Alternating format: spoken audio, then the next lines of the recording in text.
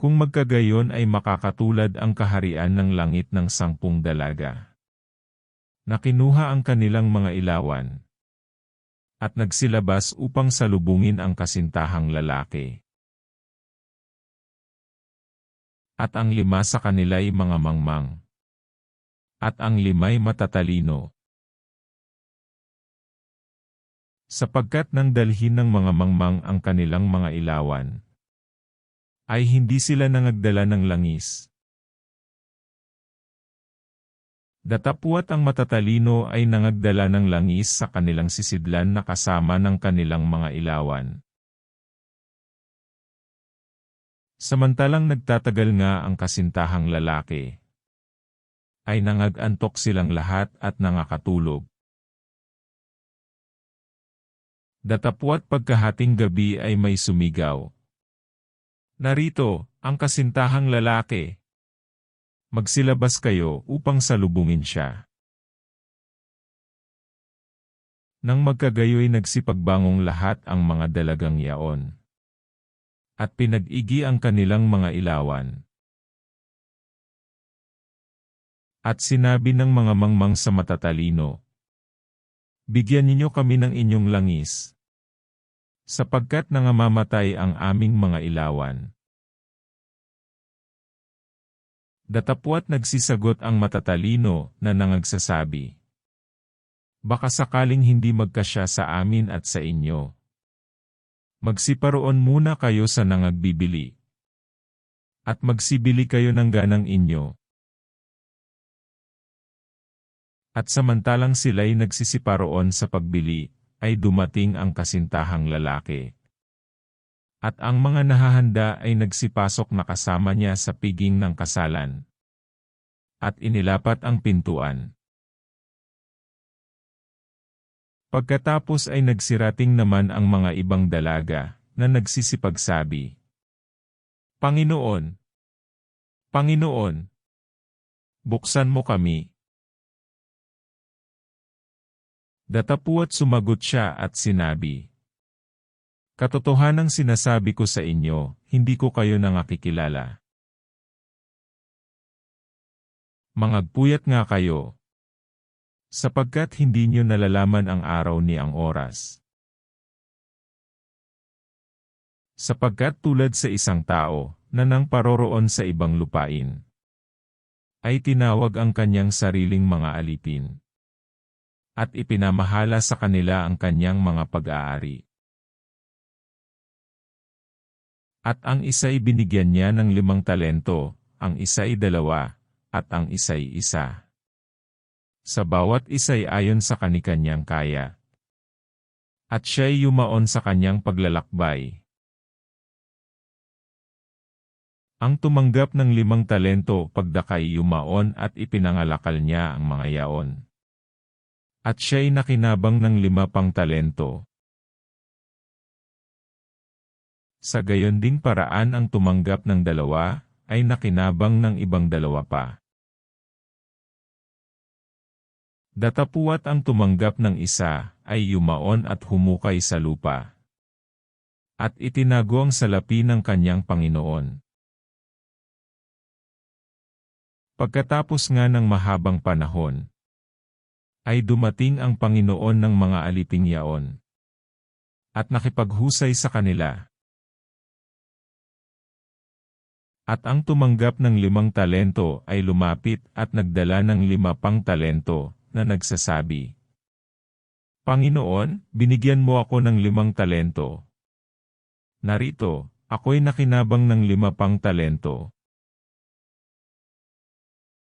Sinabi sa kanya ng kanyang Panginoon, "Mabuting gawa, mabuti at tapat na alipin. Nagtapat ka sa kakaunting bagay, pamamahalain kita sa maraming bagay. Pumasok ka sa kagalakan ng iyong Panginoon."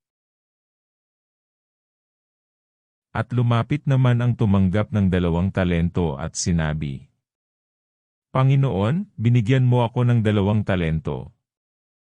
Narito, ako'y nakinabang ng 2 pang talento."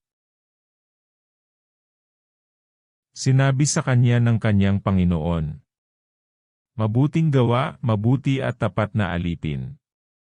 Nagtapat ka sa kakaunting bagay, pamamahalain kita sa maraming bagay. Pumasok ka sa kagalakan ng iyong Panginoon. At lumapit naman ang tumanggap ng isang talento at sinabi, Panginoon, nakikilala kita na ikaw ay taong mapagmatigas. Na gumagapas ka doon sa hindi mo hinasikan, at nagaani ka doon sa hindi mo sinabugan. At ako'y natakot, at ako'y yumaon at aking itinago sa lupa ang talento mo. Narito, nasa iyo ang iyong sarili. Datapwat sumagot ang kanyang Panginoon at sinabi sa kanya, Ikaw na aliping masama at tamad. Nalalaman mong ako'y gumagapas sa hindi ko hinasikan, at nag-aani doon sa hindi ko sinabugan. Gayon pala'y ibinigay mo sana ang aking salapi sa nagsisipangalakal ng salapi. At nang sa aking pagdating ay tinanggap ko sana ang ganang akin pati ng pakinabang. Alisin nga niyo sa kanya ang talento. At ibigay niyo sa may 10 talento. Sapagkat ang bawat mayroon ay bibigyan, at siya'y magkakaroon ng sagana. Ngunit ang wala, pati pa ng nasa kanya ay aalisin sa kanya. At ang aliping walang kabuluhan ay inyong itapon sa kadiliman sa labas. Diyan na nga ang pagtangis at ang pagngangalit ng mga ngipin. Datapwat pagparito ng anak ng tao na nasa kanyang kaluwalhatian. Nakasama niya ang lahat ng mga anghel. Kung magkagayoy luluklok siya sa luklukan ng kanyang kaluwalhatian. At titipunin sa harap niya ang lahat ng mga bansa. At sila'y pagbubukdin-bukdin niya na gaya ng pagbubukod-bukod ng pastor sa mga tupa at sa mga kambing. At ilalagay niya ang mga tupa sa kanyang kanan. Datapwat sa kaliwa ang mga kambing. Kung magkagayoy sasabihin ng hari sa nanga sa kanyang kanan, Magsiparito kayo, mga pinagpala ng aking Ama. Manahin niyo ang kahariang nakahanda sa inyo buhat ng itatag ang sanglibutan. Sapagkat ako'y nagutom, at ako'y inyong pinakain. Ako'y nauhaw, at ako'y inyong pinainom. Ako'y naging taga-ibang bayan, at inyo akong pinatuloy. Naging hubad, at inyo akong pinaramtan. Ako'y nagkasakit, at inyo akong dinalaw. Ako'y nabilanggo, at inyo akong pinaroonan.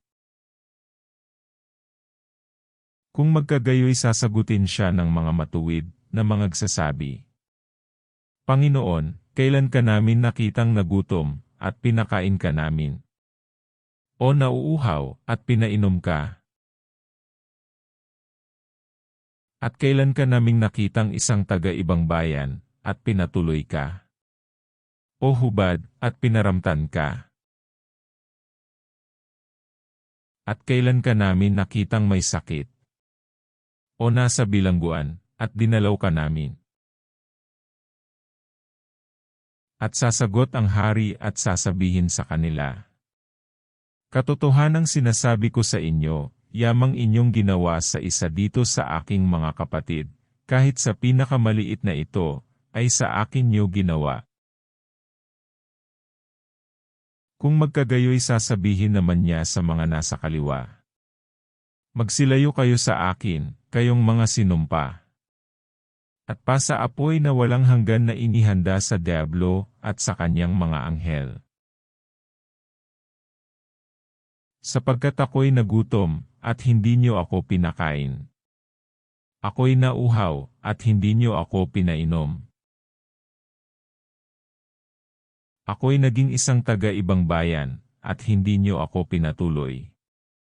Hubad, at hindi niyo ako pinaramtan.